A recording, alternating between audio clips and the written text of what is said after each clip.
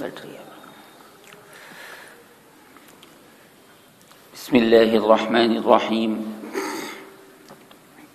الحمد للہ جل جلالہ وعم نوالہ وبنعمتہ تتم الصالحات وسوام البرکات اللہم صل وسلم علی عبدک ورسولک محمد وعلى آلہ واصحابہ الذین شادوا الدین اما بعد فاعوذ باللہ السمیع العلیم من الشیطان الرجیم بسم اللہ الرحمن الرحیم۔ حضرات گرامی، جیسا کہ آپ کو معلوم ہے کہ پچھلے درس میں سورہ فلق کا پہلا بیان ہو چکا ہے اور آج سورہ فلق کا دوسرا حصہ بیان ہو رہا ہے، دوسرا جز بیان ہو رہا ہے۔ میں نے پچھلے درس میں آپ حضرات کے سامنے یہ بات بیان کی تھی کہ اللہ سبحانہ و تعالی نے جناب محمد مصطفیٰ صلی اللہ علیہ وسلم کو خطاب فرما کر اپنے لیے بھی پناہ چاہنے کا حکم دیا تھا، اللہ تبارک و تعالی کی حفاظت چاہنے کا حکم دیا تھا، اور اپنی امت کو سکھلانے کے واسطے، تعلیم امت کے واسطے بھی اللہ تبارک و تعالی نے حضور مکرم صلی اللہ علیہ وسلم کو استعاذے کا حکم دیا تھا، یعنی پناہ چاہنے کا حکم دیا تھا، قل اعوذ برب الفلق فرما کر۔ اللہ تبارک و تعالی نے اس عالم کو مسلمانوں شر اور خیر کا عالم اور مجموعہ بنایا ہے۔ یہاں پاکیزگی بھی ہے اور گندگی بھی ہے، یہاں کفر بھی ہے، اسلام بھی ہے، یہاں پھول بھی ہیں اور کانٹے بھی ہیں، یہاں نیکی بھی ہے اور بدی بھی ہے، اچھے لوگ بھی ہیں، برے لوگ بھی ہیں، رحمانی طاقت بھی موجود ہے اور شیطانی طاقت بھی یہاں پر موجود ہے۔ اور اللہ تبارک و تعالی نے تمام مخلوقات کا سردار انسان کو بنایا، ساری مخلوقات مفضول ہیں اور انسان افضل ہیں، وہ بھی حضور کریم صلی اللہ علیہ وسلم کے وسیلے اور واسطے سے، کیونکہ اللہ تعالی نے میرے سچے آقا صلی اللہ علیہ وسلم کو جن سے انسانی میں سے بنایا، تو اللہ تعالیٰ یہ کیسے برداشت کر سکتا تھا کہ جن سے انسانی میں سے محمد الرسول اللہ صلی اللہ علیہ وسلم کو بنایا جائے اور انسان کے مرتبے کو گھٹا دیا جائے؟ ایسا نہیں۔ وَلَقَدْ كَرَّمْنَا بَنِي آدَمَ وَحَمَلْنَاهُمْ فِي الْبَرِّ وَالْبَحْرِ وَرَزَقْنَاهُمْ مِنَ الطَّيِّبَاتِ وَفَضَّلْنَاهُمْ عَلَى كَثِيرٍ مِّمَّنْ خَلَقْنَا تَفْضِيلًا۔ لہذا تمام مخلوقات کے شر سے انسان کو بچانے کے لیے رب ذوالجلال نے، رب متعال نے، رب کریم نے، رب غفور نے، رب ودود نے، رب غفار، رب ستار نے نبی کریم صلی اللہ علیہ وسلم کو حکم دیا کہ آپ ان تمام چیزوں کے شر سے اگر محفوظ رہنا چاہتے ہیں تو اللہ تعالیٰ سے یوں دعا کریں کہ پروردگار مجھے بھی بچا اور میری امت کو بھی بچا۔ یہ بات یاد رکھیے کہ سرکار مدینہ صلی اللہ علیہ وسلم نے اپنے ساتھ ہمیشہ امت کا خیال ضرور رکھا ہے۔ پچھلے درس میں عرض کیا تھا کہ پیدا ہوتے ہی، دنیا میں تشریف لاتے ہی ہونٹ ہل رہے تھے اور آمنہ فرماتی ہیں کہ میں نے کان لگا کر سنا، تو آپ یہ فرما رہے تھے اللہ تعالیٰ سے کہ یا اللہ میری امت کی مغفرت فرما دے۔ اپنے ساتھ امت کو فراموش نہیں کیا۔ ہاں، سچی بات یہ ہے کہ باپ اپنی اولاد کو بھولتا نہیں ہے۔ اگر ذرا ساری ایک چندر کلا بھی کہیں سے مل جاتی نا، گلاب جامن، تو سوچتا یہ کہ اوپر کو لے جاؤں، بچوں کے واسطے لے جاؤں، بچے کھا لیں۔ یہ باپ اور نبی ساری امت کا روحانی والد ہے، رسول ساری امت کا روحانی باپ ہے۔ ما كان محمد أبا أحد من رجالكم ولكن رسول الله وخاتم النبيين وكان الله بكل شيء عليما. تو ظاہر ہے کہ جسمانی باپ جب اپنی جسمانی اولاد کا اتنا خیال رکھتا ہے تو روحانی باپ، اور وہ بھی محمد مصطفیٰ جیسا، وہ اپنی امت کو، اعلی اولاد کو، مسلمان مرد و زن کو کیوں فراموش کرے گا، کیوں بھولے گا؟ اس لیے تو معراج کی رات میں جب 50 نمازیں فرض ہوئیں تو نبی کریم صلی اللہ علیہ وسلم بار بار رب تعالیٰ کے پاس جا کر حضرت موسیٰ کی تعلیم اور حضرت موسیٰ عالی کے مطابق رب تعالیٰ کے پاس جا جا کر 5 نمازیں کم کراتے رہے. 5 نمازیں، یہ مشہور واقعہ ہے، میں اس کو بیان نہیں کروں گا. 50 نمازیں فرض کی، رب تعالیٰ نے حضور صلی اللہ علیہ وسلم جاتے رہے، تشریف لے جاتے رہے، اور اللہ تعالیٰ 5 کم کرتا رہا ہے. اب میں ایک اندر کی بات آپ کو بتاتا ہوں جو ذہن میں آ رہی ہے، اور وہ بات یہ ہے کہ اللہ تبارک و تعالی اگر چاہتا، توجہ، تو 50 نمازیں اس نے فرض کی تھی، اور اس کو پتا تھا کہ 5 نمازیں باقی رکھنی ہیں. کیوں بھائی، پتا تھا کہ نہیں، یا پتا نہیں تھا؟ اب اندر کی بات، عارفانہ بات آپ کو بتا رہا ہوں کہ رب تعالیٰ کو معلوم تھا کہ 50 فرض کی ہیں اور جناب 5 باقی رکھنی ہیں، تو 5 کر کے کم کیوں کی، 45 ایک مرتبہ ہی کیوں نہ گھٹا دی؟ سوال آتا ذہن میں نہیں؟ کیوں صاحب ذہن میں سوال آتا کہ نہیں؟ 5 کر کے کیوں کم کی؟ ارے ایک مرتبہ 45 کم کر دیتے اور 5 باقی رکھتے. اندر کی بات یہ ہے کہ 5 اللہ تبارک و تعالی نے نمازیں کم کی تاکہ بار بار اللہ کا محبوب ان کے پاس آتا رہے اور اللہ تعالیٰ ان کا دیدار کرتا رہے. یہ ہے اندر کی بات. کیوں بھائی اللہ تعالیٰ 45 کم کر سکتا تھا کہ نہیں؟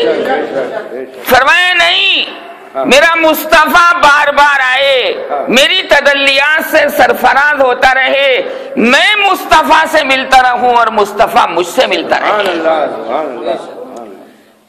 اس لیے 5 کر کے کم کی. جیسے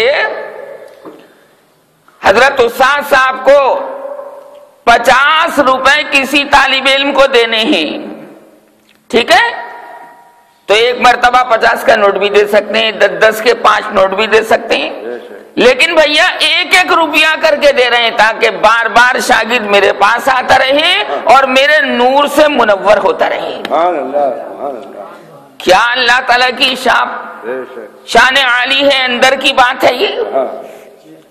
اس لیے بار بار بلایا اور بار بار واپس ہوئے، اور ایسا استغراق ہو گیا نبی کریم صلی اللہ علیہ وسلم کی ذات گرامی پر اللہ کے انوار و برکات کا، ایسا استغراق ہوا، ایسے غرق ہوئے اللہ تعالیٰ کے نور کے سمندر میں کہ یہ خیال نہیں رہا شروع میں کہ 50 نمازیں لے کے جا رہا ہوں تو میری امت پڑھے گی کیسے. ایک نور کے دریا میں، ایک نور کے سمندر میں مستغرق تھے. کم کروا دی، لیکن اللہ تعالی نے اپنے حبیب کی قدر و منزلت کو اعلیٰ بالا برتر رکھتے ہوئے فرما دیا کہ یہ 5 نمازیں ہیں، پر اے مصطفیٰ تیری برکت سے ثواب 50 نمازوں کا دوں گا. 50 نمازوں کا ثواب، اور جماعت سے پڑھ لی تو 27 یا 25 نمازوں کا ثواب، اور پھر اس کو جناب آگے آپ ضرب کر لیجئے، گڑا کر لیجئے کتنا ثواب. اور وہ بھی ہمیں آپ کو سمجھانے کے لیے کہ اللہ تعالیٰ لامحدود ہے تو اس کی عطا بھی لامحدود ہے، اس کا ثواب بھی لامحدود ہے. یہ تو ہمیں آپ کو سمجھانے کے لیے بتا دیا. جب دینے پر آتا ہے تو رکتا نہیں ہے، چھپر پھاڑ کے دیتا ہے، چھپر پھاڑ کے دیتا ہے. چنانچہ نبی کریم صلی اللہ علیہ وسلم کو خطاب فرمایا کہ چونکہ شیطانی طاقتیں، طاغوتی طاقتیں یہاں پر بہت ہیں، قدم قدم پر یہاں نقصان پہنچانے والے افراد موجود ہیں، جسم کو نقصان پہنچانے والے بھی، روح کو نقصان پہنچانے والے بھی، دل کو نقصان پہنچانے والے بھی۔ تو جب تک میں بچانے والا خدا، حفاظت کرنے والا خدا تمہاری حفاظت نہیں کروں گا تو کوئی تمہاری حفاظت کرنے پر قادر نہیں ہے۔ کتنے ہی تم چوکیدار رکھو، کتنے ہی محافظ رکھو، اور کتنے ہی سنتری رکھو، کتنے ہی رائفل بردار، کلاشن کوف بردار، بندوق بردار رکھو، لیکن جب تک ادھر سے حفاظت نہیں تو کوئی حفاظت نہیں۔ یہ ہمارا آپ کا عقیدہ ہے۔ چنانچہ اللہ تبارک و تعالی نے شیطانی طاغوتی طاقتیں یہاں پر رکھی تاکہ انسان کا کمال ظاہر ہو کہ ہر طاقت رحمان سے روک رہی ہے، پر یہ عاشق بندہ، رحمان کو چاہنے والا بندہ تمام رکاوٹوں کے دریا کو عبور کر کے، پار کر کے اللہ تک پہنچ رہا ہے۔ یہ ہے انسان کا کمال۔ اے بھائی، راستے میں کیچڑ ہو، پانی ہو، برسات ہو رہی ہو، پانی بھر رہا ہو، پھر آدمی آ کر دکھائے تو یہ کمال کی بات ہے۔ یا مزے مزے میں، سہولت میں اگر کوئی آنے والا ہے تو اس کا کوئی کمال نہیں۔ چھتری بھی نہیں، چھپ چھپ ہو رہی ہے اور نجاست پھیلی ہوئی ہے، طبیعت بھی خراب ہے، لیکن جو منزل وہ پانا چاہتا ہے اس منزل کو اس حالت میں پانے کی کوشش کر رہا ہے اور اس راستے پر چل پڑتا ہے۔ یہ ہے انسان کا کمال۔ اب آپ یہ ذہن و دماغ کے اندر رکھیں کہ اللہ تبارک و تعالی جو کرتا ہے بہتر کرتا ہے۔ شیطان ہمارے پیچھے لگا کر، توجہ، شیطان ہمارے پیچھے لگا کر اور نفسانی طاغوتی طاقت ہمارے پیچھے لگا کر بڑا کرم کیا اللہ تعالیٰ نے کہ میاں دو رکاوٹیں ہیں اور میں انسان کے فضل و کمال کو ظاہر کرنا چاہتا ہوں کہ بہت رکاوٹیں میرے تک پہنچنے کے لیے تھی، پر یہ سب پوری کھائی کو عبور کر کے مجھ خدا کے پاس تک آ گیا۔ یہ کمال ہے۔ میں جبریل سبحان اللہ کریں کوئی کمال کی بات نہیں، کیونکہ وہ تو ہیں ہی پاک۔ ارے بھائی، پاک ذات اگر اللہ کی حمد و ثنا کرے کوئی کمال کی بات نہیں۔ ان کو تو پیدا کیا گیا ہے نیکی کے اوپر، وہ گناہ نہیں کر سکتے۔ وہ گناہ، انسان گناہ بھی کر سکتا ہے اور انسان عصیان طغیان پر بھی اتر سکتا ہے اور انسان اچھے کام بھی کر سکتا ہے۔ لہذا اللہ تبارک و تعالیٰ کا اگر یہ ایک مرتبہ بھی ذکر کرتا ہے، اللہ ہزاروں گنا اس کو ثواب دیتا ہے۔ رکاوٹیں موجود ہیں نا، میں جبریل اللہ کرے کوئی کمال نہیں، دیکھنا کوئی کمال نہیں، وہ تو ہے نیکی پر پیدا، وہ غلطی نہیں کر سکتے۔ ہم اور آپ اگر ایک مرتبہ بھی کہہ دیں الحمدللہ، اللہ جنت میں درخت لگا دیتا ہے۔ کیوں لگاتا ہے؟ اسی لیے لگاتا ہے۔ اس لیے نبی کریم صلی اللہ علیہ وسلم کو حکم دیا گیا کہ رکاوٹیں ہیں پر ان رکاوٹوں کو دور کرنے کی دعا آپ مجھ سے کرتے رہیے، میں پوری کرتا رہوں گا۔ آپ جھولی پھیلائیے، میں آپ کی جھولی مرادوں سے بھرتا رہوں گا۔ اس سلسلے میں نے آپ کو بتایا تھا پچھلے درس میں کہ شیطان کے 5 بیٹے ہیں، ایک بیٹے کا ذکر آیا تھا، وقت ختم ہو گیا تھا اس لیے بات رہ گئی تھی۔ پہلے بیٹے کا نام صابر،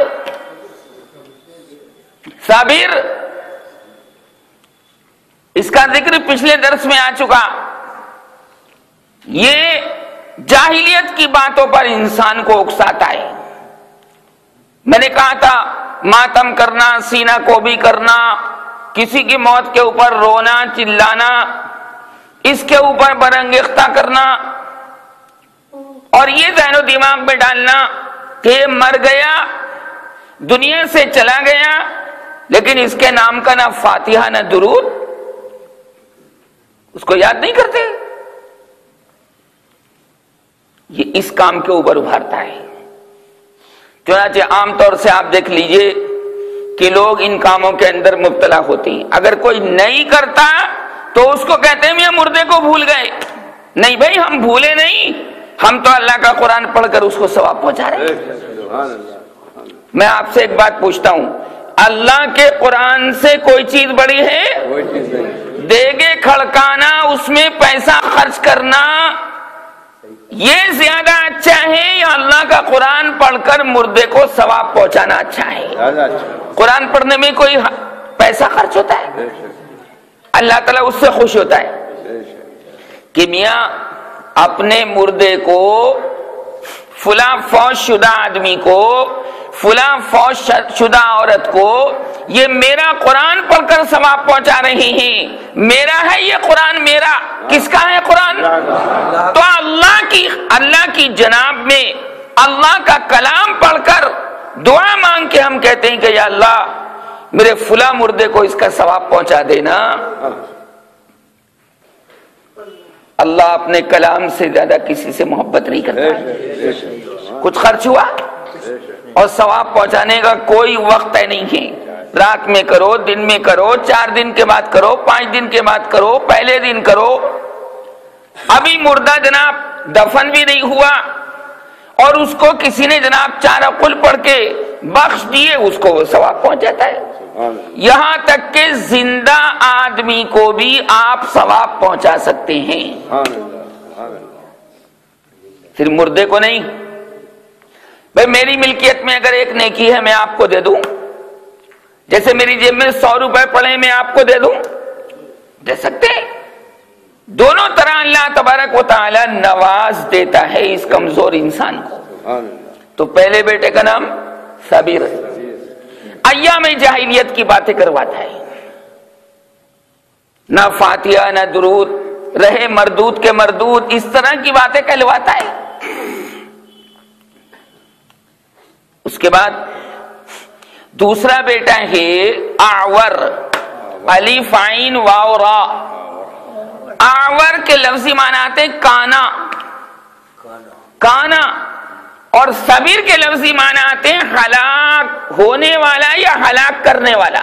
میاں خود بھی شیطان ہلاک ہوتا ہے اور اپنے عمل کرنے والے کو بھی ہلاک کرتا ہے۔ شیطان کہاں جائے گا؟ جہنم میں، جنت میں؟ جہنم میں جائے گا، کلیئر۔ تو جو اس کے اوپر عمل کرنے والا ہے وہ بھی جائے گا، وہ بھی آتش دوزخ کے اندر جائے گا۔ اعور کا کام زنا پر ابھارنا،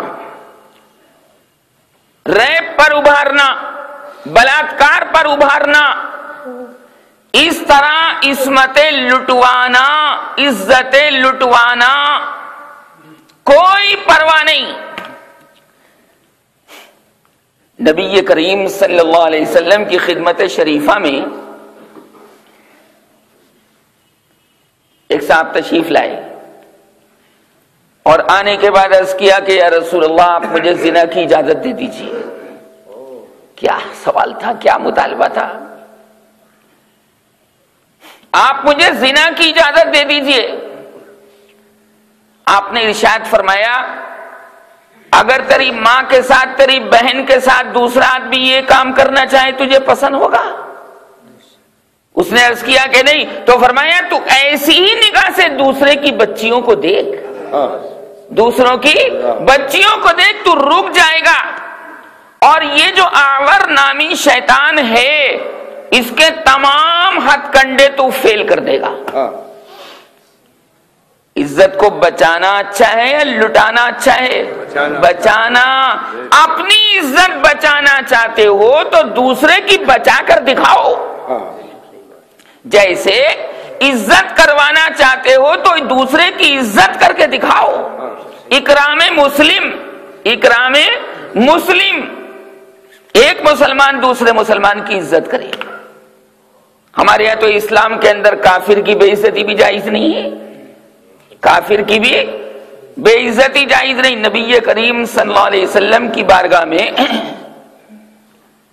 جب کسی قبیلے کا سردار آتا تھا تو نبی کریم علیہ الصلوۃ والسلام کھڑے ہو کر اس کا استقبال فرماتے تھے. کھڑے ہو کر ہے کافر لیکن اچھا تاثر لے کر جائے, اچھے اثرات اس کے مرتب ہوں, وہ جناب یہ محسوس نہ کرے کہ ہم کسی مسلمان کے پاس آئے ہیں اور ہیں ہم کافر تو یہ ہماری عزت نہیں کرتا. حضور اکرم صلی اللہ علیہ وسلم نے غیر مسلموں کی عزت کر کر کے اسلام کا پیغام پہنچایا ہے. سبحان اللہ. تو یہ جناب اسی کام پہ لگا رہتا ہے, کوئی دوسرا کام نہیں ہے اس کے اوپر. یہ کام کرنا بھائی تجھے, اس کے علاوہ نہیں. ایک چیز اس کے حوالے کر دی, جیسے دنیا کے اندر ہوتا ہے کام کی تقسیم ہوتی, کام کو ڈیوائیڈ کر دیتے ہیں, تمہیں یہ کام کرنا, تمہیں یہ کام کرنا, تمہیں یہ کام کرنا. جیسے اللہ تبارک و تعالی نے ملائکہ اور فرشتوں کے درمیان کام مقرر کر دیے, جبریل تمہارا کام وحی لے جانا, میکائیل تمہارا کام بارش برسانا, اسرائیل ملک الموت تمہارا کام روح قبض کرنا, اور اسرافیل تمہارا کام قیامت میں سور پھونکنا. ہر ایک فرشتے کا کام متعین ہے, اور جب کام متعین ہوتا ہے تو کام کا کرنا بہت آسان ہو جاتا ہے, بشرطے کہ کام کرنے والے صدق نیت کے ساتھ وہ کام کریں. تیسرا بیٹا واسم, واو الف سین میم. واسم کے معنی ہے برا داغ لگانے والا, واسم کے معنی ہے بری علامت لگانے والا, داغ دینے والا. یہ کیا کرتا ہے؟ یہ انسان کو جھوٹ بولنے کے اوپر مجبور کرتا ہے. اس کی بہت کارستانیاں ہیں, اس کی بہت کارستانیاں ہیں. آج تو جھوٹ ایسا عام ہو گیا کہ آدمی اس طرح جھوٹ بولتا ہے کہ سچ لگتا ہے. کس پر بھروسہ کریں اور کس پر بھروسہ نہ کریں, کس پر بھروسہ کریں اور کس پر بھروسہ نہ کریں. سگا بھائی سگی بہن کو دغا دے رہا ہے, مال کے چکر میں, مادیت کے چکر میں, سونے چاندی کے چکر میں, اور سگی بہن سگے بھائی کو دغا دے رہی ہے. اب اللہ تعالیٰ یہ حالات پیدا کر کے اشارہ کرنا چاہتا ہے کہ تمام لوگ مجھ سے تعلق رکھیں, ان جھوٹے تعلقوں میں کوئی پائیداری نہیں ہے, کوئی پائیداری. اللہ کبھی بے وفائی نہیں کرتا, اللہ کبھی جفا نہیں کرتا, اللہ تبارک و تعالیٰ کبھی ساتھ چھوڑتا نہیں, اللہ نبھا کر دکھاتا ہے. دو دوست آپس میں چھٹ جاتے ہیں لیکن بندہ اور اللہ یہ آپس میں نہیں چھٹتے, دونوں کا تعلق مضبوط رہتا ہے. اور پچھلے درس میں عرض کیا تھا کہ اللہ تعالیٰ تو چاہتا یہی ہے کہ کسی طرح بندہ میرے پاس آ جائے. تو اس کے جھوٹ میں, اس کے جھوٹ میں گرفتار ہوا, یہاں سے ٹھوکر لگی, وہاں سے ٹھوکر لگی, بیوپاری سے ٹھوکر لگی, دکاندار سے ٹھوکر لگی, آڑتی سے ٹھوکر لگی, دوست سے ٹھوکر لگی, پڑوسی سے ٹھوکر لگی, اور اسی طرح جناب دوسرے افراد سے ٹھوکر لگی. سب جگہ سے ٹھوکریں کھا کر جب ایک اللہ کے دربار میں حاضر ہوتا ہے تو مرجھایا ہوا مایوس ہوتا ہے. اللہ کی رحمت آگے بڑھ کر استقبال کرتی کہ اے ٹھوکر کھائے ہوئے بندے آ جا, تجھے یہاں ٹھوکر نہیں ملے گی, تجھے یہاں ٹھوکر نہیں ملے گی. اللہ تعالیٰ نبھاتا ہے یا نہیں نبھاتا؟ بندہ نہیں نبھاتا, اللہ نبھاتا ہے. ایمان سے جو مٹھاس اللہ تعالیٰ کے ساتھ محبت کرنے میں ہے کسی اور تعلق میں نہیں ہے. کر کے دیکھو, کر کے دیکھنے سے پتا چلے گا, بغیر کیے کچھ نہیں ہوگا. اس لیے ٹھوکریں ملتی رہتی ہیں, ٹھوکریں ملتی رہتی ہیں, ٹھوکریں ملتی رہتی ہیں. اس کا نام کیا ہے بھائی؟ واسم، کیا نام ہے؟ کس بیانی۔ حضور اکرم صلی اللہ علیہ وسلم کے ساتھ بھی لوگوں نے بہت دغائیں کی ہیں، یہودیوں نے، عیسائیوں نے، اپنے لوگوں نے، منافقین نے، غیر منافقین نے، دوسرے ہمبے کرنے والے لوگوں نے میرے سرکار کو دھوکہ دیا، پر اللہ نے یہ کریمی کی کہ ان کے دھوکے کی پول اپنے حبیب کو جبریل کے ذریعے پہلے ہی بتا دی۔ یہ بھی بہت بڑی بات ہے۔ نبی کریم صلی اللہ علیہ وسلم ایک مرتبہ اپنے مبارک مکان پر تشریف فرما تھے، دیوار سے ٹیک لگائے ہوئے بیٹھے ہوئے تھے۔ ابو لہب کا مکان برابر میں تھا۔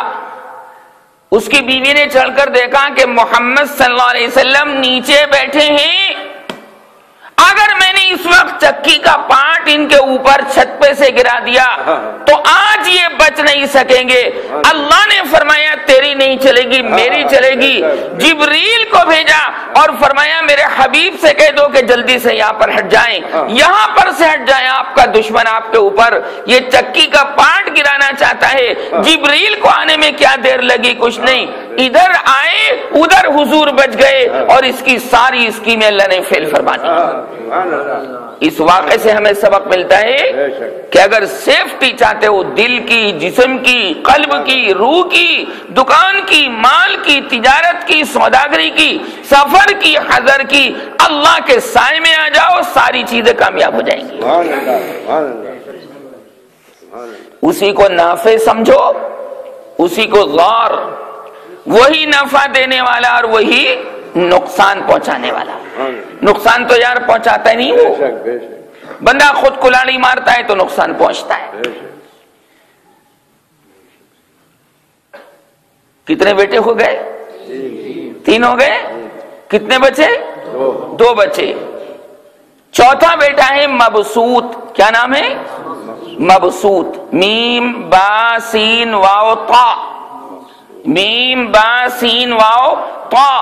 مبسوط کے کام کیا ہے؟ مبسوط کا کام یہ ہے میاں بیوی میں جدائی کروانے والا، میاں بیوی میں، زوجین میں جدائی کروانے والا، تفریق کروانے والا، بیوی کے دل میں شوہر کی طرف سے بدگمانی پیدا کر دے اور شوہر کے دل میں بیوی کی طرف سے بدگمانی پیدا کر دے، طرح طرح کے شکوک و شبہات ڈال دے، طرح طرح کے شکوک و شبہات ڈال کر پھوٹ پیدا کروا دے۔ جب زوجین کے درمیان، میاں بیوی کے درمیان اعتماد اٹھ جاتا ہے، بھروسہ اٹھ جاتا ہے تو گھر بنتا نہیں، بگڑتا ہے۔ ہر تعلق کی بنیاد بھروسہ ہے، ہر تعلق کی بنیاد اعتماد ہے۔ اگر کسی کے ذہن و دماغ میں بات بیٹھ جائے کہ بیفور میرج جس نے ایسا کیا اور ایسا کیا اور ایسا کیا، تو پھر گھر بنتا نہیں، بگڑتا ہے۔ اس کا کام یہی ہے، اور یہ تو قرآن کریم کے اندر بھی موجود ہے کہ جادو کے بلبوتے پر یفرقون بین المرء وزوجہ، یہ شوہر اور بیوی کے درمیان جدائیگی پیدا کروا دیتے ہیں۔ اس کا کام یہ ہے افتراق پیدا کرنا، گاہک اور دکاندار کے درمیان شک پیدا کر دینا، اسی طرح 2 دوستوں کے درمیان شک پیدا کر دینا، کاروبار کے اندر 2 آدمی ساجی ہیں، دونوں کے دلوں میں فرق ڈلوا دینا، 2 آدمی مسافر ہیں، ایک دوسرے کے لیے ایک دوسرے کی بدگمانی پیدا کر دینا، یہ اس مبسوط کا کام ہے۔ نبی کریم صلی اللہ علیہ وسلم نے ارشاد فرمایا ایاکم والظن، دیکھو بدگمانی سے بچنا، دوسرے کی اچھائیوں کو دیکھنا، اچھائیوں کو دیکھو گے تو محبت بڑھے گی، اور برائیوں پر نظر کرو گے تو افتراق بڑھے گا، دشمنی بڑھے گی، عداوت بڑھے گی۔ اس سے پاک رہنے کی کوشش کرنا۔ یہ خصوصی کام اس نے ڈیوائیڈ کر رکھی۔ نبی کریم صلی اللہ علیہ وسلم کے ساتھ بھی یہ معاملہ ہو چکا۔ منافقین نے خبر اڑا دی، مخالفین اسلام نے خبر اڑا دی کہ عائشہ نے یہ کیا، یہ کیا، یہ کیا۔ حضرت عائشہ کے اوپر تہمت لگ گئی. اس کی تفصیل میں نہیں جاؤں گا لیکن بتا رہا ہوں جب لوگوں نے عائشہ کو نہ چھوڑا تو ہمارا آپ کا کیا مقام ہے؟ سرکار کی حرم کو نہ چھوڑا. اس نے جب کبھی کوئی تکلیف پہنچے تو حضور اکرم صلی اللہ علیہ وسلم کی ذات گرامی کے حالات کو دیکھو, بڑی تسلی ملتی. میں لوگ تو اللہ تعالیٰ کو بھی نہیں چھوڑتے یار, نہیں چھوڑتے. طرح طرح کے اعتراضات. اللہ تعالیٰ جو رزاق حقیقی ہے, معطی حقیقی ہے, ستار ہے, غفار ہے, سارے رزق کی خزانے اس کے قبضہ قدرت میں ہیں, ساری کنجیاں اس کے قبضہ قدرت میں ہیں, لوگ اس کو نہیں چھوڑتے. اپنی چھت کمزور ہے, بارش ہو گئی تو برابر یہ کہتا کہ میری چھت ٹپکا دی. ارے بھائی اپنی چھت صحیح کر لے, بارش کی اوروں کو بھی تو ضرورت ہے. چنانچہ یہ سارے کام ڈیوائیڈ کرتا رہتا ہے شیطان, اور کر چکا. اور سرکار نے ارشاد فرمایا کہ روزانہ ابلیس سمندر کے پانی پر اپنا تخت بچھاتا ہے, اپنا صحیح حدیث. اور تمام جنات کو, تمام شیاطین کو اکٹھا کرتا ہے, کارگزاری لیتا ہے. کارگزاری تو آپ سمجھتے ہیں, تم نے کیا کیا بھائی, تم نے کیا کیا, تم نے کیا کیا. تو ہر ایک اپنی اپنی جناب کارگزاری سناتا ہے. ہر ایک کی کارگزاری سن کر چپ رہتا ہے. ایک شیطان کہتا ہے, ایک ابلیسی طاقت یہ کہتی ہے کہ آج میں نے حضور مدرسے جانے والے 2 بچوں کو پڑھنے سے روک دیا. پڑھنے سے تو شیطان, سرکار فرماتے ہیں نبی کریم صلی اللہ علیہ وسلم کہ وہ جناب اٹھ کر اس کو گلے سے لگاتا ہے اور بہت شاباشی دیتا ہے اور کہتا ہے کہ محمد آئے تھے علم کا نور پھیلانے کے لیے, آج تو نے علم حاصل کرنے سے ان بچوں کو روک دیا, تجھے بڑی شاباش ہے. یہ کہتا ہے.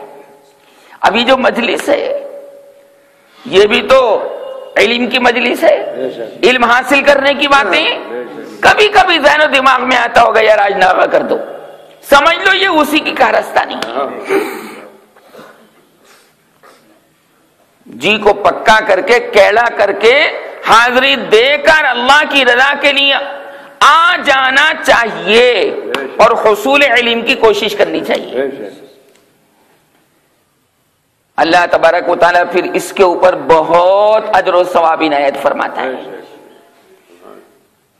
حضرت موسیٰ علیہ السلام کے زمانے کا واقعہ. ایک آدمی ایک بستی کے اندر بڑا بد کردار تھا, تمام بستی والے اس سے پریشان تھے, تمام بستی والے پریشان. لوٹ مار, چوری چکوری, زناکاری, دھوکہ دہی, جھوٹ بولنا, فریب, جناب ساری بستی والوں کو پریشان کر رکھا تھا. یہ میں ایسے آدمی کا واقعہ آپ کو سنا رہا ہوں جو آج کے مضمون سے مربوط ہے, اور وہ یہ کہ جب اللہ کی پناہ میں کوئی آ گیا تو سمجھ لو اس نے ساری نقصان دہ چیزوں سے حفاظت حاصل کر لی. چنانچہ بستی والوں نے نکال دیا, بستی والوں نے کہ میں اس کو ایک مرتبہ جلا وطن کر دو, بستی سے نکال دو. روز روز اس نے پریشان کر رکھا ہے, نکالو اس کو بستی سے. اس کو بولتے ہیں جلا وطن کرنا, عربی میں اس کو بولتے ہیں نفیون. نفا ینفی نفین کے معنی کسی کو در بدر کر دینا, کسی کو کہیں سے نکال دینا. جیسے انگریزوں نے بہادر شاہ ظفر کو در بدر کر دیا تھا, رنگون بھیج دیا تھا, بھیجا تھا رنگون, بیچارے کو اپنے وطن کے اندر, دلی کے اندر انتقال بھی نصیب نہیں ہوا. آج بھی آپ جا کر دیکھیں میاں بیوی دونوں کا مزار پاس پاس میں ہے, رنگون کے اندر, برما میں اجڑا ہوا ہے, کوئی اس کو سنبھالنے والا بھی نہیں. 2 گز زمین ملی کوئے یار میں یہاں ہندوستان میں دفن بھی نصیب نہیں ہوا۔ اللہ تعالیٰ فرماتا ہے کہ اگر رنگ ریلیوں میں نہ لگ کر تو فروغ اسلام کی بات کرتا اور دلی کے قلعے کے اندر تو قرآن کی صدائیں بلند کروا دیتا تو آج یہ حالت نہ ہوتی، کیونکہ میں زندہ، میرا قرآن کلام زندہ، جو اس کو پڑھے گا وہ بھی زندہ باقی رہے گا، چاہے قبر میں چلا جائے، پر نام اس کا چمکتا دمکتا رہے گا۔ آج اللہ والوں کا نام کیوں نہیں مرتا؟ کتنی کوشش کیجیے آپ، معلوم ان کے نام کو باقی رکھتے ہیں۔ آج محبوب الہی کو کون نہیں جانتا؟ سب جانتے ہیں، ان کے وسیلے سے دعائیں کرتے ہیں، تو بستی سے نکال دیا، ایک ویرانے کے اندر لے جا کر چھوڑ دیا اور یہ کہا کہ اگر بستی کے اندر داخل ہوا تو قتل کر دیں گے۔ اب وہ جناب جنگل کے اندر، ویرانے کے اندر کچھ، آخرکار موت کا وقت تو آتا ہے، اس کا آخری وقت آن پہنچا، اور جب آخری وقت آن پہنچا تو اس نے سوچا کہ یہاں آس پاس کوئی نہیں ہے، دور دور تک کوئی نہیں ہے، کون جناب مجھے کفن پہنائے گا اور کون جناب میری تجہیز و تکفین کرے گا، کون دفن کرے گا؟ توجہ چاہوں گا، بڑے پاپ کیے تھے، کتنے پاپ کیے تھے؟ میں نے پچھلے درس میں عرض کیا تھا کہ سمندر کے جھاگ کے برابر بھی آپ کے اگر پاپ ہیں اور اللہ کی طرف آپ نے رجوع کر لیا، اللہ کی رحمت کا صابن سب کو دھو دیتا ہے۔ نا امید مت ہونا، یہ سرکار بڑی سرکار ہے، نا امید نہیں ہونا، مالک ایسے نوازتا ہے، لیکن اس کی امید پر گناہ بھی مت کرنا۔ ہاں کبھی یہ سوچو کہ اللہ غفور رحیم ہے، نہ نہ نہ، اس میں ہو جائے گا معاملہ خراب۔ ادھر جناب اس کا انتقال ہو گیا، یہ سوچتے سوچتے، لیکن اس نے کہا کہ آپ نے انتقال سے پہلے توجہ کہ پروردگار میں یہاں تنہا ہوں، سوائے تیرے اس جنگل میں میرا کوئی رفیق نہیں ہے، کوئی ساتھی نہیں ہے، بستی والوں نے مجھے نکال دیا میرے غلط کرتوتوں کی وجہ سے، میرے غلط اعمال کی وجہ سے، معاصی کی وجہ سے، اعمال بد کی وجہ سے، اور یہاں دور دور تک کوئی بندہ بشر ہے نہیں، اور یہ میرا تو نے آخری وقت بھیج دیا ہے، آخری عمر کا حصہ ہے۔ پروردگار اگر مجھے یہ پتہ چل جائے کہ مجھے عذاب دینے سے تیری طاقت اور قوت میں اضافہ ہو جائے گا، یا میرے اوپر رہنے کے اندر کوئی کمی آ جائے گی، تو میں کسی اور کا در تلاش کرتا، لیکن پروردگار میرے اوپر رحم کرنے کی وجہ سے تیرے خزانے میں کوئی کمی نہیں آئے گی، میں امید کرتا ہوں کہ تو میرا سارا انتظام کروائے گا۔ واقعی باری تعالیٰ اگر رحم کرتا ہے تو اس کے خزانے میں کوئی کمی تھوڑا ہی آتی، یہ ہمارا آپ کا عقیدہ ہے۔ چنانچہ ادھر اس نے یہ دعا کی، ادھر اللہ تبارک و تعالی نے جبریل کو بھیجا حضرت موسیٰ علیہ السلام کے پاس، اور جبریل سے کہا جبریل جاؤ، فلاں جنگل کے اندر ہمارا ایک بندہ اور ولی ہے۔ کون ہے؟ ارے یہ ولی کہاں تھا بھائی؟ اللہ اکبر، بستی والوں نے تو اس کو باہر نکال دیا تھا۔ اور ایک بات قرآن کہتا ہے کہ اگر کوئی آدمی نکال دیا جائے ذلیل کر کے، رسوا کر کے، اس کا دل توڑ دیا جائے، کہیں کتنا ہی بڑا گنہگار ہے، اللہ کی رحمت اس کو ڈھانپ لیتی ہے، شرط یہ کہ وہ ادھر متوجہ ہو جائے، ندامت ہو، شرمساری کے آنسو ہوں، بار بار دل کے اندر جناب ایک آگ اٹھے کہ مجھے یہ کرنا نہیں چاہیے تھا لیکن ہو گیا۔ چنانچہ جبریل نے کہا موسیٰ فلاں جنگل کے اندر اللہ کا ایک ولی ہے، اس کا انتقال ہو گیا، چلو اپنی قوم کو لے کر نماز جنازہ پڑھنے کے لیے جاؤ۔ اس کو دفن کرو۔ حضرت موسیٰ علیہ السلام پہنچ گئے اپنی قوم کے کچھ افراد کو لے کر۔ اب قوم نے جب صورت دیکھی تو انہوں نے کہا کہ یہ تو وہی گنہگار آدمی جو ہماری بستی کے اندر تھا، ہم نے اس کو اپنی بستی سے باہر کر دیا تھا۔ تو حضرت موسیٰ علیہ السلام اللہ تبارک و تعالی سے سوالات کرنے کے عادی تھے، انہوں نے آسمان کی جانب منہ اٹھایا اور عرض کیا کہ پروردگار، اس آدمی کو تو ہم نے اپنے گاؤں سے نکال دیا تھا، اپنی بستی سے خارج کر دیا تھا، آج تو نے یہ پیغام پہنچوایا کہ یہ اللہ کا ولی ہے، یہ میرا ولی ہے، میں اس کو چاہتا ہوں، یہ کیا ماجرا ہے؟ موسیٰ سے اللہ تبارک و تعالی نے فرمایا کہ موسیٰ، اس نے خالص تعلق بستی سے نکالنے کے بعد مجھ خدا سے کر لیا تھا، اور میرا خدا کا تعلق اس بندے بشر سے بالکل خالص ہو گیا تھا۔ میں نے اس کو کھلایا پلایا، میں نے اس کی پرورش کی، اور میں نے اس کو جناب تمام انتظامات کر کے دیے۔ آج اس کا آخری وقت آیا ہے تو اے موسیٰ، آپ میرے لاڈلے نبی ہیں، میں چاہتا تھا کہ میرے اس گنہگار بندے جس نے توبہ کر لی ہے، اس کا دیدار اپنے نبی موسیٰ کو بھی کروا دوں۔ لہذا دیدار ہو گیا، حالانکہ نبی کا مقام تو بہت اونچا ہے۔ اور پوری قوم کو بتلا دوں کہ سمندر کے جھاگ کے برابر بھی اگر نافرمانیاں ہیں پروردگار کی، اور وہ ایک آنسو مکھی کے برابر، منہ کے برابر، گال پر بہے بھی نہیں، آنکھ کے اندر گئے، اللہ اس کی قدر و قیمت بہت کرتا ہے۔ پروردگار عالم کیا اس کی قدر بہت زیادہ ہوتی ہے۔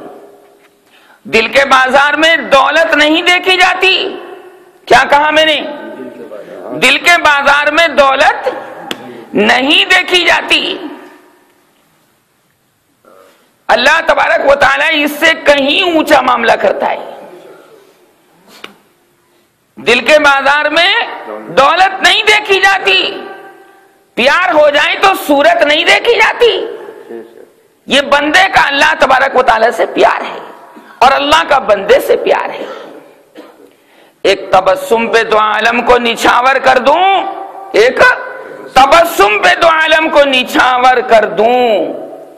مال اچھا ہو تو قیمت نہیں دیکھی جاتی، مال اچھا ہو، اب مال تو بڑھیا ہے، مال تو بڑھیا ہے۔ اللہ تعالیٰ اس مال کی قدردانی کرتا ہے۔ اس لیے میں نے کہا دل کے بازار میں دولت نہیں دیکھی جاتی، پیار ہو جائے تو صورت نہیں دیکھی جاتی۔ ایک تبسم میں تو عالم کو نچھاور کر دوں، مال اچھا ہو تو قیمت نہیں دیکھی جاتی۔ وہ دل کا مال بہت بڑھیا تھا، پورے نڈر ہو کر وہ بات کر رہا تھا۔ اللہ کو پکارا، اللہ نے اس کی قبر تیار کرنے کے لیے، کفن دفن کے لیے کسی اور کو نہیں بھیجا، اپنے محبوب پیغمبر، لاڈلے پیغمبر موسیٰ کو بھیجا۔ کیوں بھائی؟ جس آدمی کو موسیٰ قبر میں اتارے ہیں اس کی مغفرت ہوگی کہ نہیں؟ ہوگی کہ نہیں؟ زبردست، وہ تو صاحب کتاب پیغمبر ہیں۔ چنانچہ اسی سلسلے کا ایک واقعہ اور ذہن میں آ رہا ہے۔ نبی مکرم صلی اللہ علیہ وسلم کے صحابی، سبحان اللہ، حضرت ربعی، نام سنا نہیں ہوگا آپ نے کبھی بھی آج تک، ربعی، را با عین یا، حضرت ربعی رضی اللہ تعالی عنہ حضرت خالد ابن ولید کی سرکردگی میں اسلامی فوج کے ساتھ صحابہ کرام کے ساتھ نکلے، اور مقابلہ ایرانیوں سے تھا۔ کس سے تھا؟ ایرانیوں سے مقابلہ۔ اور حکومت تھی اس زمانے میں رستم پہلوان کی۔ کس کی؟ ہاں، اور بڑا مانا ہوا پہلوان تھا اپنے زمانے کا۔ رستم کا نام تو آپ نے بھی سنا ہے، بہت مرتبہ سنا ہوگا رستم پہلوان کا نام۔ ایران کا وہ بادشاہ تھا، ایران کا بادشاہ۔ اب ایران کے قریب صحابہ کرام خالد ابن ولید رضی اللہ تعالی عنہ کی سرکردگی میں فوج لے کر پہنچ گئے. رستم کو بھی پتہ چل گیا کہ بھائی ایمان والے محمد مصطفیٰ کے غلام آ گئے. وہ تھا آتش پرست. کیا تھا؟ آگ کو پوجنے والا. آگ کو اگلے کسی درس میں عرض کروں گا کہ یہ آگ، پانی، مٹی، ہوا جو ہے اللہ تبارک و تعالی نے اس میں کیا تاثیر رکھی. آج تو موقع نہیں ہے، لیکن اس کی حقیقت میں آپ کو بتاؤں گا کہ یہ آگ، پانی، مٹی، ہوا اللہ نے ہمارے آپ کے جسم میں رکھ چھوڑی ہے اور مٹی کو غلبہ دیا ہے. کیوں دیا ہے؟ اس کیوں کا جواب اگلے کسی درس میں. تو حضرت خالد ابن ولید رضی اللہ تعالی عنہ کی قیادت میں جناب یہ صحابہ کا لشکر پہنچ گیا، کیونکہ ایرانیوں نے بڑے ظلم و ستم کر رکھے تھے.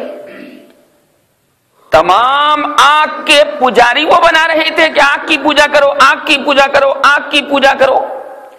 اور ہمارے یہاں اسلام کے اندر جو چیز ہے وہ یہ کہ ایک اللہ کی عبادت کرو. ہمارے مصطفیٰ تو اسی کام کے واسطے آئے، اور ہر پیغمبر ایک اللہ سے جوڑنے کے واسطے آیا. لہذا حضرت خالد ابن ولید سوچنے لگے کہ رستم پہلوان نے ہمارے پاس یہ پیغام پہنچایا کہ اپنے کسی آدمی کو بات چیت کرنے کے لیے بھیجو میرے پاس. ہاں، چونکہ رستم کو صحابہ کے ایمانی طاقت کی خبر تھی. صحابہ کے ایمانی طاقت کی خبر تھی کہ یہ محمد مصطفیٰ کے غلام ہیں. کوئی محمد مصطفیٰ کو آج تک ہرا نہیں سکا تو ان کے غلاموں کو کیسے ہرائے گا. سچی بات یہ واقعی دھاک بیٹھی ہوئی تھی. چنانچہ اس نے پیغام پہنچوایا. حضرت خالد ابن ولید نے مشورہ کیا کہ بھئی کس کو بھیجیں، کوئی اچھا آدمی بولنے والا ہو. رستم پہلوان ہے، ایران کے قریب ہیں ہم. اب دیکھیں، ہندوستان کے قریب پاکستان، پاکستان کے قریب افغانستان، کتنے قریب آ گئے تھے صحابہ ہمارے. حضرت عمر فاروق اعظم رضی اللہ تعالی عنہ کے زمانے خلافت میں صحابہ کرام گجرات کے سمندر پر تشریف لے آئے تھے. سب سے پہلے صحابہ ہندوستان میں کہاں آئے؟ گجرات میں. یہاں سے مسالہ لے جاتے تھے اور وہاں کی چیزیں لاتے تھے، اور خاص طور سے ہندوستان کی بنی ہوئی تلواریں وہ لے کر جاتے تھے. سرکار نے ہندوستان کی تعریف فرمائی ہے احادیث میں، یاد رکھیو، یاد رکھیو. اور یہاں کی بنی ہوئی ہندوستانی تلواروں کی تعریف فرمائی، اور یہ ارشاد فرمایا کہ ہندوستانی تلوار جو ہے بہت بڑھیا چلتی ہے. یہ بڑی مشہور تھی ہندوستان کی تلوار. اس کو حدیث شریف میں فرمایا گیا مہند. کیا فرمایا گیا؟ مہند کے معنی انڈیا کی بنی ہوئی، ہندوستان کی بنی ہوئی، میڈ ان انڈیا. تو صحابہ نے یہاں کی تلواریں استعمال کی. حضرت عمر فاروق کے زمانے میں صحابہ یہاں پر آ گئے تھے بحری سفر کر کے. کہاں؟ گجرات کے سمندر پر. سوداگری ہوتی تھی. چنانچہ اللہ تبارک و تعالی نے ہمارے وطن کو، آپ کے اس وطن کو حضرت آدم علیہ السلام کے لیے بھی منتخب فرمایا. سب سے پہلا آدمی ہندوستانی کون؟ حضرت آدم یہیں پر اتارے گئے مقام سرندیپ پر، جو آج سری لنکا میں ہے. سری لنکا تو ہمارے ہندوستان میں تھا، جیسے پاکستان پہلے ہمارے ہندوستان میں تھا، جیسے نیپال ہمارے ہندوستان میں تھا، جیسے برما ہمارے ہندوستان میں تھا. یہ تو اس دیش کے ٹکڑے ہو گئے، اور ان ٹکڑے ہونے کے باوجود بھی آج ہمارا دیش بڑا ہے، بہت بڑا وسیع رقبہ ہے. اور ایک ہندوستان میں غزوۃ الہند ہونے والا ہے، اس کی تفصیل میں آپ کو بتاؤں گا. نسائی شریف کے اندر مستقل ایک باب ہے، بابو غزوۃ الہند، ہندوستان میں ہونے والا جہاد. سرکار نے پیشین گوئی فرمائی. ابو ہریرہ رضی اللہ تعالیٰ عنہ اس کے راوی ہیں، فرماتے ہیں میرے مصطفیٰ صلی اللہ علیہ وسلم نے ارشاد فرمایا کہ جو اس ہندوستانی جہاد کے اندر حصہ لے گا اللہ اس کی مغفرت کر دے گا. تو ابو ہریرہ فرماتے ہیں تمنا ظاہر کرتے ہوئے کہ میں نے تو اسی وقت سے اللہ سے دعا کی کہ یا اللہ مجھے ہندوستان پہنچا دینا، وہاں کے جہاد میں میرا بھی حصہ رکھ لینا تاکہ میں سرکار کی اس خوشخبری کا مصداق بن جاؤں. کون سی کتاب کا حوالہ دیا؟ نسائی شریف، جو ہمارے یہاں دور حدیث کے سال پڑھائی جاتی ہے، بابو غزوۃ الہند، اس میں مستقل موجود ہے. اس کی تفصیل کا بھی ذکر کروں گا. تو اس نے جناب رستم نے بڑے گدے لگوا دیے، اپنے دربار کو سجا دیا، اور بڑے عظیم الشان گدے، ریشمی قالین، اور یہ سوچ کر وہ گدے بچھوائے کہ یہ پھٹے پرانے کپڑے، پیون لگے ہوئے کپڑے پہننے والے جب اس عظیم دربار کو دیکھیں گے تو یہ پگھل کر میرے سامنے سر جھکا دیں گے اور میں اعلان کر دوں گا کہ محمد مصطفیٰ کے غلاموں کو میں نے ہرا دیا. ابے باولے کہیں کے انہوں نے کبھی منہ لگایا ان چیزوں کو؟ یہ سرکار کے خادم ہیں، یہ سرکار کے تربیت یافتہ ہیں، یہ سرکار کی طرف سے پرورش پائے ہوئے ہیں. محمد مصطفیٰ نے دنیا کو منہ نہیں لگایا تو ان کے غلام کیا منہ لگائیں گے؟ وہ پہنچے گھوڑے پر سوار. حضرت خالد ابن ولید نے کہا ربعی تم جاؤ، تم اچھی بات کر لیتے ہو. متکلم کس کو بنایا جاتا ہے؟ متکلم کس کو؟ جو بات کرنے کا سلیقہ رکھتا ہو، بات کرنے کا سلیقہ رکھتا ہو. ربعی جاؤ، تم بہت اچھا کلام کرتے ہو اور تمہاری ایمانی طاقت بھی بہت زیادہ ہے. خالد ابن ولید نے، اللہ کے شیر نے، جس کو سرکار نے سیف اللہ کا خطاب دیا، اس نے ربعی کو پسند کیا. ربعی گھوڑے پر سوار، کئی پیون لگے ہوئے کرتے کے اندر، اور کہاں جا رہے ہیں؟ کہاں جا رہے ہیں؟ ایران کے بادشاہ رستم سے ملنے کے لیے. اور ہمارے جیسا کوئی آدمی ہوتا نا دنیا دار تو کہتے یار پرہیز کرو، یہ کرو، کپڑے تیار کرو. صحابہ نے کیا کیا؟ صحابہ نے باطن کو بنایا، ظاہر کی کوئی پرواہ نہیں کی. جب یہ اندر کا دل بن جاتا ہے عزت کے خزانے اللہ لٹا دیتا ہے. کپڑوں سے عزت ملتی کوئی؟ ملتی؟ درد دل کے واسطے اللہ نے ہمیں آپ کو پیدا کیا کہ اس دل کے اندر اللہ اللہ اللہ گونجے، بسے، جاگوزی ہو جائے. اولیاء کرام بھی تو یہی نام لینا چاہتے ہیں. چنانچہ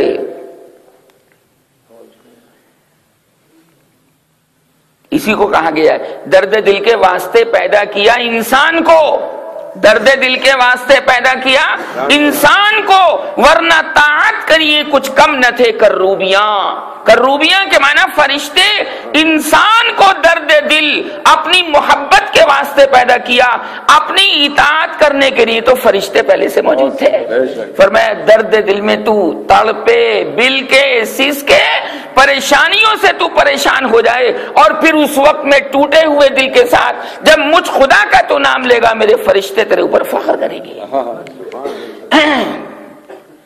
گھوڑے پر بیٹھے، تلوار لٹکا لی نیچے، اور وہاں دربار کے اندر سب سپاہی وغیرہ کھڑے ہوئے تھے، چوکیدار، سنتری جس کو بولتے ہیں ہندی میں. خالد ابن ولید کا بھیجا ہوا یہ آدمی ربعی سرکار کا صحابی. کس کا؟ نبی کریم صلی اللہ علیہ وسلم کا صحابی. اب دربار کا جو مین گیٹ تھا، یہ تو گھوڑے پر آ رہے تھے، تلوار جو تھی وہ زمین سے گھسٹ رہی تھی، زمین سے.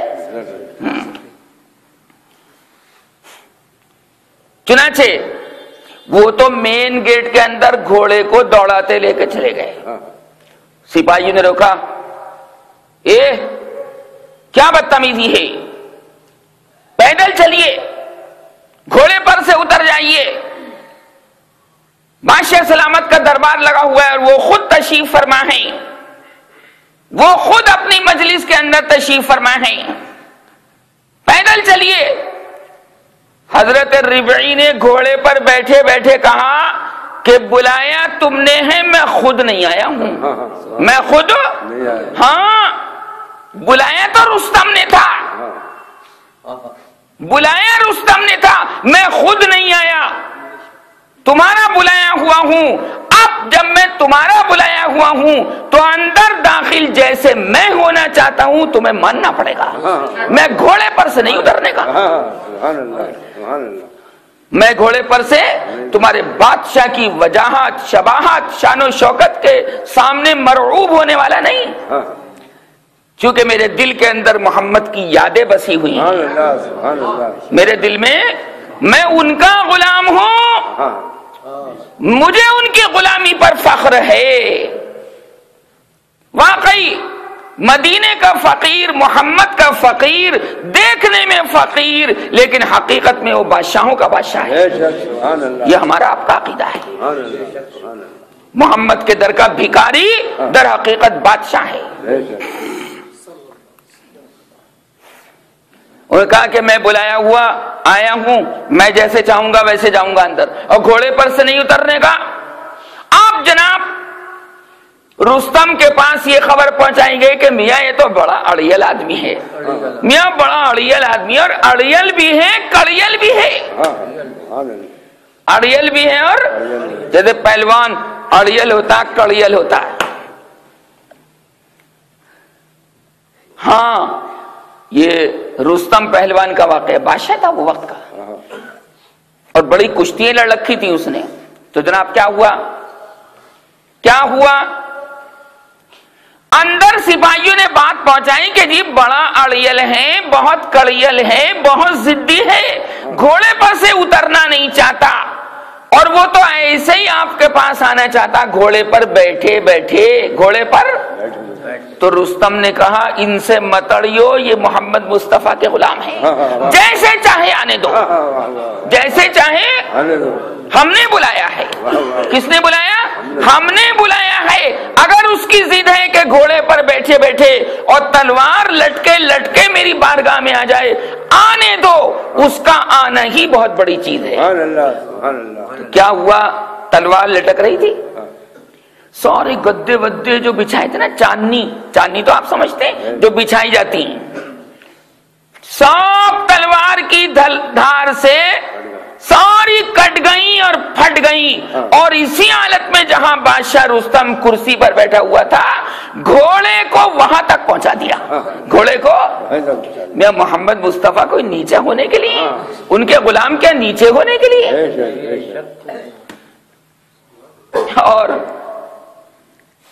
جا کر کہا بول کیسے بلایا، کیسے بلایا، کیوں یاد کیا؟ کہ میں صلح کرنا چاہتا ہوں آپ سے، میں صلح کرنا چاہتا ہوں۔ حضرت ربعی نے فرمایا کہ اس بات پر صلح ہوگی کہ نورانی ایک اللہ کو ماننا پڑے گا، ورنہ محمد مصطفیٰ صلی اللہ علیہ وسلم کے غلام ہم ہیں، ہم تیری حکومت کو ڈسمس کر دیں گے، تیری حکومت کو۔ ایمانی طاقت ہے۔ آج دیکھو امریکہ ہار کر جا رہا ہے افغانستان سے، ابھی سننے مظاہر بھائی، امریکہ ہار کر جا رہا ہے، اتنی سپر پاور طاقت، ہزاروں فوجیوں نے جناب اس کی خودکشی کر لی، آتم ہتیا کر لی، کہ میں ہمیں کیوں؟ اس لیے کہ وہاں مقابلہ ایمان سے، کیسے؟ بس انہوں نے تو اپنے آپ کو موت پسند کر لی۔ کیا پسند کر لیا؟ اور ہم کہتے ہیں جس کو مرنا نہیں آتا اس کو جینا نہیں آتا۔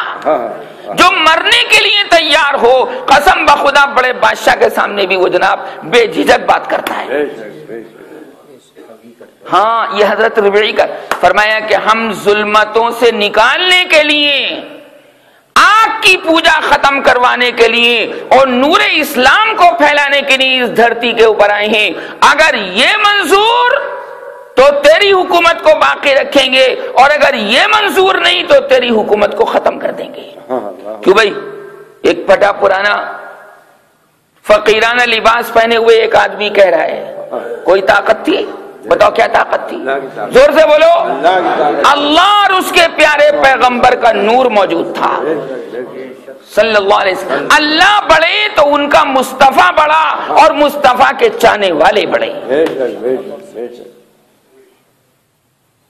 چنانچہ